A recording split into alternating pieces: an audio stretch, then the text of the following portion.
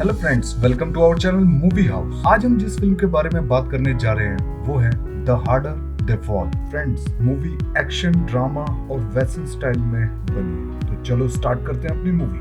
Young net अपने माता पिता के साथ खाना खाने ही वाला होता है कि अचानक उनके घर पर कोई दस्तक देता है। नेट के पिता उसे पहचान लेते हैं। वो डाकुओं का बॉस रूफ्स बर्क होता है। नेट के फादर रूफ्स से बोलते हैं, तुम्हारी दुश्मनी मुझसे है, और उससे रिक्वेस्ट करते हैं कि प्लीज मेरी बीवी और मेरे बेटे को छोड़ दो। लेकिन रूफ्स उसको मारने से पहले उसकी बीवी को गोली मार देता है और नेट के माथे पर क्रॉस का साइन बना देता है। नेट चीखता चिल्लाता रह जाता है और अपने माता पिता को अपनी आंखों के सामने मरते हुए देख। 20 साल बीत जाते हैं। अब नेट बड़ा हो गया और खूंखार भी। वह खुद भी एक डाकू बन गया है जो अपने माता पिता का बदला लेने के लिए रूफ्स और उसके साथियों का पीछा कर रहा है। उसके हाथ रूफ्स का एक पुराना साथी जीसस कॉटेज लगता है और कॉटेज भी उसके माथे के क्रॉस को देखकर उसे पहचान लेता है। नेट अब ज्यादा देर ना करते हुए कॉटेज को गोली मार देता और चर्च के पादरी से कहता है कि उस डेड बॉडी को पुलिस वालों को देकर उस पर जितना भी नाम है वो ले ले। साथ में वो ये भी बोलता है कि यह काम वो खुद भी कर सकता है, लेकिन उसका बदला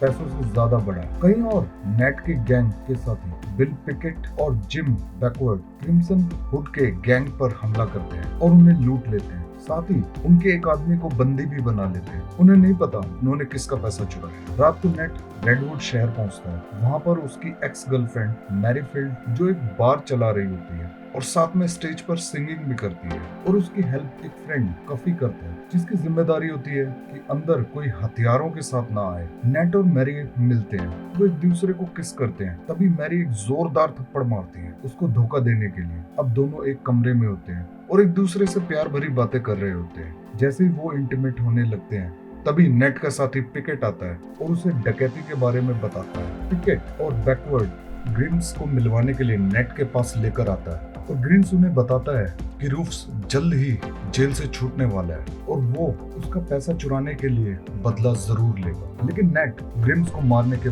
बजाय उसे भगा देता है। ट्रूडी स्मिथ और sharp shooter Cherokee bill roofs के जेल जाने के बाद संभाल रहे हैं। वो अपने घोड़ों पर उस ट्रेन का पीछा करते हैं जिसमें रूफ्स को दूसरी जगह शिफ्ट किया जा रहा है। ट्रेन में घुसने के बाद गार्ड्स के कैप्टन के बेटे को बंदी बना लेते हैं। अब वो कैप्टन को धमकी देते हैं कि अगर उन्होंने रूफ्स को नहीं छोड़ा तो वह उसके बेटे को मार देंगे। रूफ्स का गैंग उसे छुड़ाकर ट्रेन के कोच में अपना रास्ता बनाते हुए आगे बढ़ते हैं और ट्रेन में सारा खजाना और सबको लूट लेते हैं और वो सबको मार देते हैं सिवाय कैप्टन के बेटे के, क्योंकि उसे ही ट्रेन चलानी आती है। मार्शल बॉस रीव्स बार में एंटर करता है ताकि वह नेट को गिरफ्तार कर सके, और काफी बातचीत के बाद वो नेट पर अपनी गन तान देता है और उसे सरेंडर करने को बोलता है और कफी को हथकड़ी देता है और नेट को बांधने के लिए कहता है और फिर वह नेट को लेकर वहां से निकल जाता है। रूफ्स अपने गैंग के साथ रेडवुड शहर पहुंचता है जहां उसका सामना अपने पुराने साथी विली एस्को से होता है जो अब रेडवुड में शेरिफ है और शहर का पैसा अपने ऐशो आराम पर उड़ा रहा है, जैसे कि उसके सोने के दांत जिनको दिखाना वो अपनी शान समझता है। रूफ्स शहर वालों के सामने उसकी धुलाई करता है और उसके दांत तोड़ देता है और साथ ही उसे वार्न करता है कि अगली बार वो शहर में दिखा तो उसे वहीं मार देगा। रीव्स नेट को शहर के बाहरी इलाके में लेके आता है और उसे छोड़ देता है। नेट की गिरफ्तारी सिर्फ एक सेटअप होता है ताकि नेट अपने गैंग को शामिल किए बिना रूफ्स से बदला ले सके। हालांकि मैरी, कफी, पिकेट और जिम सभी उन दोनों का प्लान फेल कर देते हैं। वो उनका पीछा करते हुए उनके पास पहुंच जाते हैं। नेट उन्हें समझाने की कोशिश करता है कि वो इससे दूर रहे,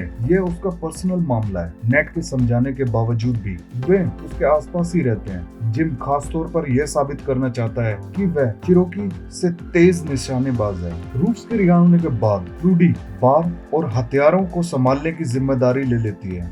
रूफ्स ट्रूडी को बताता है कि उसकी लीडरशिप ने गैंग को एक साथ बांधे रखा। ट्रूडी और चिरोकी शहर वालों को इकट्ठा करते हैं और बताते हैं कि रूफ्स गैंग का लीडर है, और जब एक आदमी इसका विरोध करता है तो रूफ्स सबके सामने उसे गोली मार देता है और सबको पैसा भरने की धमकी देता है। नेट और उसका गैंग विली को जंगल में देखते हैं और उसे पकड़ लेते हैं। विली उन्हें बताता है कि रूफ्स रेडवुड में है और वह वहाँ कंट्रोल करना चाहता है, लेकिन उसके पास पैसा नहीं है। रात को मैरी रेडवुड शहर जाने का आइडिया देती है और वह साथ में ये भी कहती है कि एक बार हमें उस जगह को देख लेना चाहिए जहां हम हमला करने वाले हैं, लेकिन नेट उसे मना कर देता है। लेकिन मैरी ठान चुकी होती है। मैरी के जाने से पहले नेट उसे प्रपोज करता है, लेकिन मैरी मना कर देती है। मैरी शहर में ट्रूडी के बार में जाती है और रूफ से मिलती है। वह रूफ और उसके गैंग के साथ बिजनेस करने का ऑफर देती है, लेकिन ट्रूडी समझ जाती है कि यह उसकी चाल है और उसको वहीं मार के गिरा देती है और उसे कैद कर लेती है। ट्रूडी अब यह देखने के लिए कि क्या उसका गैंग उसे ढूंढने के लिए आएगा, वह उस पर नजर रखती है। ट्रूडी मैरी को अपनी बहन के बारे में बताती है कि उसका नाम भी मैरी था और वो पोलियो से पीड़ित थी। होप नाम की एक लड़की जो उनकी एक पड़ोसी थी, वो उसकी बहन का हमेशा मजाक उड़ाती थी और एक दिन होप ने उसकी बहन को घायल कर दिया और ट्रूडी के फादर ने अपनी बहन का ख्याल न रखने पर उसकी पिटाई कर देते हैं। लेकिन जब उसके पिता उसकी शिकायत करने के लिए होप के घर जाते हैं तो देखकर हैरान रह जाते हैं कि होप का सारा परिवार डरा हुआ है और वह उसे बताते हैं कि ट्रूडी ने पहले ही होप का गला काट दिया था। नेट और उसका गैंग मैरी के लिए रेडवुड शहर पहुंचते हैं। दोनों गैंग अब आमने सामने गन ताने खड़े हुए हैं। जिम चिरोकी से तेज है, ये बात साबित करने के लिए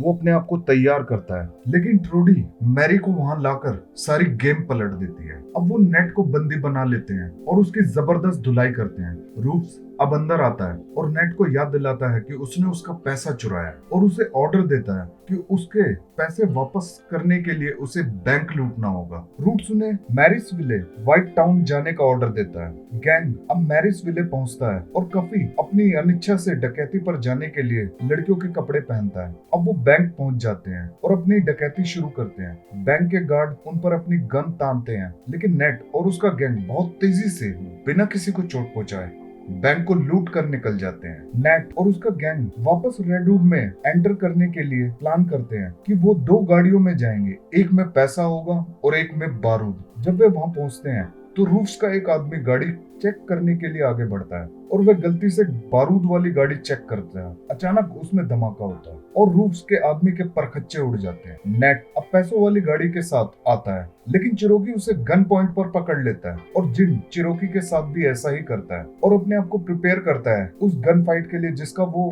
बरसों से इंतजार कर रहा था। लेकिन चिरोकी तेजी से उसके फेस को शूट कर देता है। तभी दोनों गैंग में गन फाइट शुरू हो जाती है। गैंग वॉर के बीच मैरी फ्री हो जाती है और वो ट्रूडी के पीछे जाती है। दोनों ही बिना हथियारों से लड़ने के लिए फैसला करती हैं और मैरी ट्रूडी को गन के निचले हिस्से से मार मार कर ढेर कर देती है। रूफ्स के अधिकतर गैंग के लोगों को मारने के बाद पिकेट और कफी बार में एंटर करते हैं, जहां चिरोकी पिकेट के पीठ पर गोली चलाता है और कफी चिरोकी को तेजी से गोली मारता है। गोली चिरोकी के गले पर लगती है और वो लड़खड़ाता हुआ बाहर आता है। विली अपने डायनामाइट के साथ रूफ्स का पीछा करता है, लेकिन रूफ्स उसके डायनामाइट पर गोली मार देता है और डायनामाइट के साथ विली भी फट जाता है। अब नेट रूफ्स की बिल्डिंग में एंटर करता है तो देखता है कि रूफ्स बैठा हुआ है। ड्रिंक करते हुए उसे बात करने की कोशिश करता है और उसे सच्चाई बताता है कि उसने अपने माता पिता को क्यों मारा। और रूफ्स बताता है कि उसके पिता एक अपमानजनक शराबी थे जो गायब हो गए थे और बाद में अपना नाम बदल कर रहने लगे थे। बाद में रूफ्स नेट को बताता है कि वो